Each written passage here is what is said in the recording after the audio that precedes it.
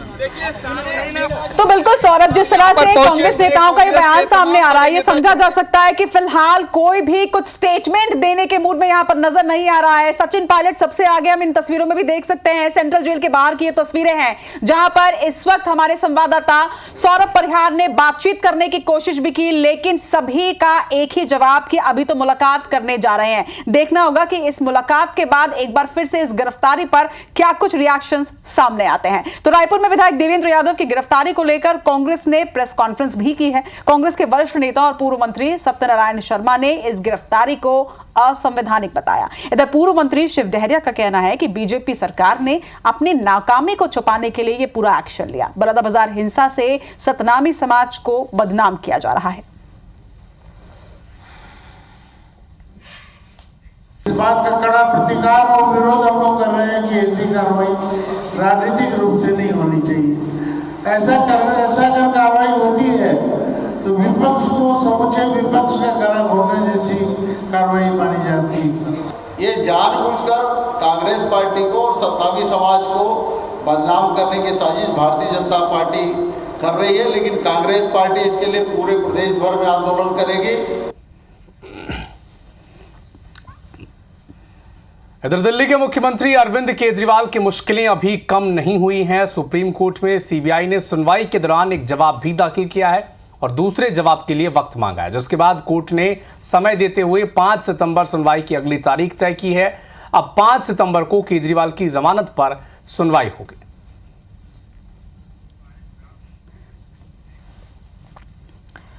इधर मध्य प्रदेश के मुख्यमंत्री डॉक्टर मोहन यादव का काफिला निकलने के दौरान गुरुवार को मेजर आशीष चौहान और पुलिसकर्मियों के बीच हुआ विवाद लगातार गर्माता जा रहा है। विवाद के बाद गुरुवार को मेजर के परिवार और सेना के पूर्व अधिकारियों ने थाने का घेराव किया। वहीं शुक्रवार को मेजर और उसके परिजनों ने ऊर्जा मंत्री प्रद्युम्न सिंह तोमर के बंगले का भी घेराव किया। मेजर आशीष चौहान दोषी पुलिसकर्मियों पर कार्रवाई की मांग कर रहे हैं। रिटायर्ड मेजर आशीष चौहान वर्तमान में जोधपुर में पदस्थ हैं और इन दिनों छुट्टी पर घर आए हुए हैं। मेजर आशीष उनके परिवार के सदस्यों का डॉक्टर से चेकअप कराकर आ रहे थे। इसी दौरान उनकी गाड़ी को दूसरी कार ने टक्कर मार दी। हादसे के बाद मेजर ने ट्रैफिक पुलिस के जवान से मदद मांगी और इस दौरान दोनों के बीच विवाद हो गया। हंगामा बढ़ता देख मेजर आशीष चौहान को पुलिस की टीम अपने साथ थाना ले गई और इस दौरान कार सवार उनके परिजनों ने समझा कि मेजर का अपहरण हो गया है और इसी गलतफहमी में उन्होंने अपने परिचितों को सूचना दी। कुछ देर बाद बड़ी संख्या में मेजर के रिश्तेदार और पूर्व सैनिक इकट्ठा हो गए। दोनों पक्ष एक दूसरे पर आरोप लगा रहे हैं। मेजर की पत्नी और बहन ने पुलिसकर्मियों पर मारपीट का आरोप लगाते हुए दोषी पुलिसकर्मियों पर कार्रवाई की मांग की है। फिलहाल ऊर्जा मंत्री प्रद्युम्न सिंह तोमर इस मामले को लेकर आईजी, एसपी और सैनिक कल्याण बोर्ड के अध्यक्ष के साथ बैठक कर रहे हैं। ड्रेस में कौन लोग आए पीछे से, क्या नाम है, बाद में पता चला पुलिस के लोग थे। उन्होंने इनकी बहन के साथ में, इनकी बीवी के साथ में अभद्रता की और क्या नाम है मेजर साहब को गाड़ी में डाल कर ले जाने के बाद इतनी उनकी कुटाई की है। देखो सामने घूम रहा है, उनके आंख में चोट है, उनके पैर में चोट है, बहुत बुरी तरह से उनकी मारा कूट की। मध्य प्रदेश सरकार के चारों कांस्टेबलों ने जिस प्रकार से भारतीय सेना के एक मेजर साहब की जो मारपीट की है, उनको तत्काल प्रभाव से निलंबित किया जाना चाहिए। दोनों पक्षों की सुनी जाएगी। अभी आईजी और एसपी को बुलाया और इन पुलिस के मिलिट्री मैन के संगठनों को 11 लोगों को बुलाया, बात करके समाधान। इधर रायपुर में विधायक देवेंद्र यादव की गिरफ्तारी को लेकर कांग्रेस शनिवार को प्रदर्शन करने जा रही है। कांग्रेस के इस प्रदर्शन को लेकर डिप्टी सीएम विजय शर्मा ने तंज कसते हुए कहा है कि कांग्रेस को सड़क पर तमाशा करने की जरूरत नहीं है। पुलिस की जांच के बाद ही कार्रवाई की जा रही है। पुलिस की जांच जारी है, उस जांच में जो भी फाइंडिंग्स उनकी होगी उस हिसाब से कार्रवाई है। कोर्ट ने यह कहा है कि किस तरीके से ऑर्गेनाइज्ड क्राइम किया गया, 2161 करोड़ का ऑर्गेनाइज्ड क्राइम किया गया। कोर्ट ने ये कहा गया है कि 70 लोगों के नाम हैं जिन लोगों ने ऑर्गेनाइज्ड होकर के ये क्राइम किया हुआ है। तो ऐसी बातों की जांच के लिए जब कोर्ट ने स्वयं निर्णय कर दिया, उसके बाद सड़क पर तमाशे की आवश्यकता नहीं है।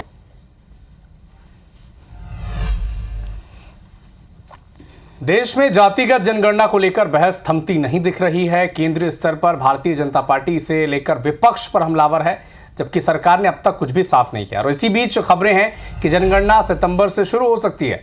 हालांकि सरकार की तरफ से इसकी कोई पुष्टि नहीं की गई है। जनगणना में देरी के चलते सरकारी योजनाएं और नीतियां वर्ष 2011 की जनगणना के आंकड़ों के हिसाब से बन रही है और इससे आर्थिक आंकड़े, मुद्रास्फीति और नौकरियों के अनुमान समेत कई सांख्यिकी सर्वेक्षणों की गुणवत्ता भी प्रभावित हो रही है। 1881 से हर 10 साल के बाद होने वाली जनगणना 2021 में होनी थी, लेकिन कोरोना के चलते सरकार इसे टालती जा रही है। जनगणना प्रक्रिया पूरी होने में कम से कम 2 साल का वक्त लगेगा।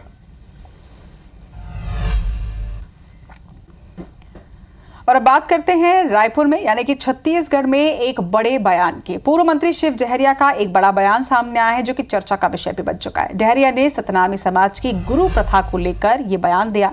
उनका कहना है कि सतनामी समाज में गुरु प्रथा बंद होनी चाहिए। सतनामी समाज के 80% लोग गुरु प्रथा बंद करना चाहते हैं। गुरु घासीदास के वंश में पैदा होने से कोई गुरु नहीं होता। बाबा गुरु घासीदास ही सतनामी समाज के असली गुरु हैं, उन्होंने ऐसा कहा है। वहीं सतनामी समाज के गुरुओं को उन्होंने अवसरवादी बताया। इधर उनके इस बयान पर अब बीजेपी विधायक खुशवंत ने पलटवार करते हुए कहा है कि समाज को यह मालूम है कि गुरु के रास्ते पर कौन चल रहा है। शिव डहरिया मानसिक संतुलन खो बैठे हैं। निश्चित रूप में अब समाज के लोग बाबा गुरु घासीदास ही सतनामी समाज के गुरु हैं और गुरु के वंश में पैदा होने वाले हर व्यक्ति गुरु बनने के काबिल नहीं है। तो समाज के लोग अब इस बात की ओर अग्रसर हो रहे हैं कि गुरु प्रथा बंद किया जाए और अधिकांश समाज के जो पढ़े लिखे लोग हैं वो गुरु प्रथा बंद करने के पक्ष में हैं और लगभग 80% समाज के लोग 80 से 90% लोग गुरु प्रथा के पक्ष में नहीं है। वो सिर्फ एक ही गुरु है जो बाबा गुरु घासीदास जी हैं, उनको मानते हैं। और ये जो गुरु लोगों को बात कर रहे हैं तो अवसरवादी हैं। जब हमारी सरकार थी तो 5 साल कांग्रेस में लाभ लिया और चुनाव आते ही भाजपा में चले गए। तो ये ऐसे लोगों की स्वीकार्यता अब समाज में नहीं रहे। कहीं ना कहीं पहले विधानसभा चुनाव हारे, उसके बाद लोकसभा चुनाव हारे, तो दोनों जब हार उनको ये बर्दाश्त नहीं हो पा रही, उनका मानसिक संतुलन पूर्ण रूप से बिगड़ गया। सतनामी समाज के लिए अपमान करना उनका लगातार काम है। 5 साल से वो मंत्री रहे और इस 5 साल में सतनामी समाज के ऊपर अनेक अन्याय अत्याचार उन्होंने किया। और तो और जो गुरु घासीदास बाबा जी की जयंती, जिसको आज वो बोल रहे हैं कि हमारे एक गुरु हैं गुरु घासीदास बाबा जी, उनका भी वो सम्मान नहीं कर पा रहे हैं। उनका जब जयंती था 18 दिसंबर लालपुर में, तो वहां पर उस समय के जो मुख्यमंत्री थे, तत्कालीन मुख्यमंत्री, उन्होंने भौंकने वाला समाज सतनामी समाज को कहा और वो मंच पे बैठे थे, चुपचाप बैठे हुए थे। तो ये सिर्फ सतनामी समाज का अपमान करना चाह रहे हैं। खरगोन में वन विभाग की टीम ने अवैध शराब की भट्टियों पर कार्रवाई की है। वन विभाग की टीम दुर्गम मार्गों से होते हुए चोरन नदी के किनारे पहुंची। इसके बाद टीम के सदस्य चोरन नदी को पार कर अवैध शराब के ठिकाने तक पहुंचे। वन विभाग की टीम को लेकर शराब माफियों के गुर्गे वहां से भाग खड़े हुए। वन विभाग के कर्मचारियों ने जंगल में मौजूद शराब की भट्टियों और 49 ड्रम महुआ लहान नष्ट किया है।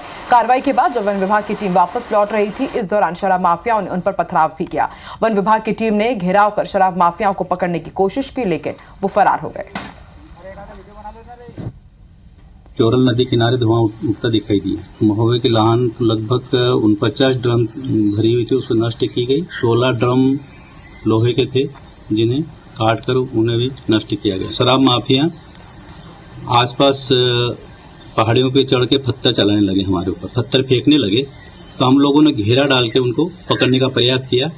वो लोग मौके से फरार हो गए। कोलकाता रेप का एंड मर्डर केस मामले में आरोपी संजय रॉय को कोलकाता सियालदह कोर्ट में सीबीआई ने पेश किया। संजय की पुलिस रिमांड खत्म होने पर उसे कोर्ट में पेश किया गया, जहां कोर्ट ने आरोपी को 14 दिन की पुलिस रिमांड पर भेज दिया। इससे पहले गुरुवार को कोर्ट ने मेडिकल कॉलेज के पूर्व प्रिंसिपल संदीप घोष का पॉलीग्राफिक टेस्ट की मंजूरी दे दी है, जहां प्रिंसिपल के अलावा 4 ट्रेनी डॉक्टर्स का भी पॉलीग्राफिक टेस्ट कराया जाएगा। खबर छत्तीसगढ़ से, जहां पर सुकमा में सुरक्षा बलों को बड़ी सफलता मिली है। यहां पर 2 इनामी नक्सलियों ने आत्मसमर्पण किया। दोनों ही नक्सलियों पर 8-8 लाख रुपए का इनाम था। तो आपको बता दें कि सुकमा से ये बड़ी खबर, लगातार अब आत्मसमर्पण कर रहे हैं नक्सली और मुख्य धारा की ओर कदम आगे बढ़ा रहे हैं। इसी के तहत आज 2 नक्सलियों ने, जिनके ऊपर 8-8 लाख रुपए का इनाम भी था और जो कई मामलों में सक्रियता के साथ अपनी भूमिका निभा रहे थे, इन दोनों ही नक्सलियों ने आत्मसमर्पण कर दिया। तो मध्य प्रदेश में आज क्या कुछ खास रहा, ये मैंने आपको बताया। और राष्ट्रीय खबरों में क्या थी सबसे बड़ी खबरें, इसका अपडेट मैंने आपको दिया। और छत्तीसगढ़ की खबरों के साथ ही मैंने भी आपको अपडेट किया। तो देश प्रदेश के इस बुलेटिन में आज के लिए इतना ही। हर रोज 3 बजे हम 3 एंकर्स आपको देश प्रदेश की खबरों से इसी तरह से करते रहेंगे अपडेट। आज के लिए दीजिए इजाजत। नमस्कार।